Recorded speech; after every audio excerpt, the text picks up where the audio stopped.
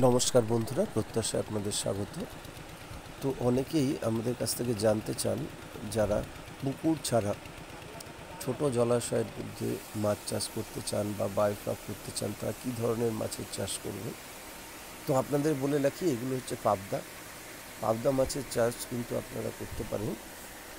অবশ্যই যদি ছোট জলাশয় থাকে সেক্ষেত্রে আপনারা করতে পারেন। এছাড়া যদি জলের পরিমাণ একটু বেশি হয় তাহলে সেক্ষেত্রে রুই কাতলাও আপনারা কিন্তু করতে পারেন। এছাড়া জিওল মাছের যে চাষ হয়, সেই জিওল মাছের চাষও কিন্তু আপনারা ছোট জলাশয়ে বা বায়োফ্লগে করতে পারেন।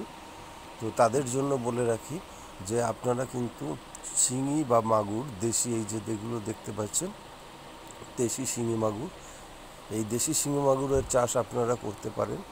এছাড়া আপনারা মনোসেক্স তেলাপিয়াও চাষও কিন্তু আপনারা করতে পারেন, যেগুলো করলে কিন্তু আপনাদের অধিক পরিমাণে লাভ হবে এবং আপনারা কিন্তু ছোট জলাশয়ের মধ্যে কিন্তু এই ধরনের চাষগুলো আপনারা করতে পারেন।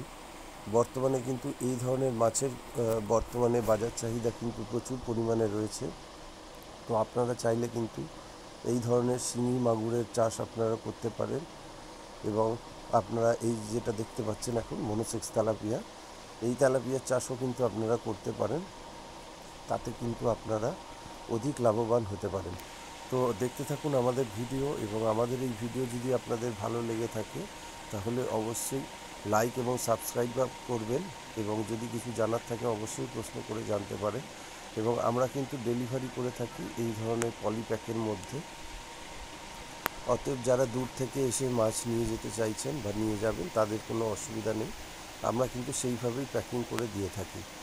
তো আপনারা এই ধরনের চাষটা কিন্তু করতে পারেন, যেটা কিন্তু বর্তমানে বাজার চাহিদাও রয়েছে এবং অধিক মুনাফা কিন্তু আপনারা এই ধরনের মাছের চাষ করলে আপনারা পেতে পারেন।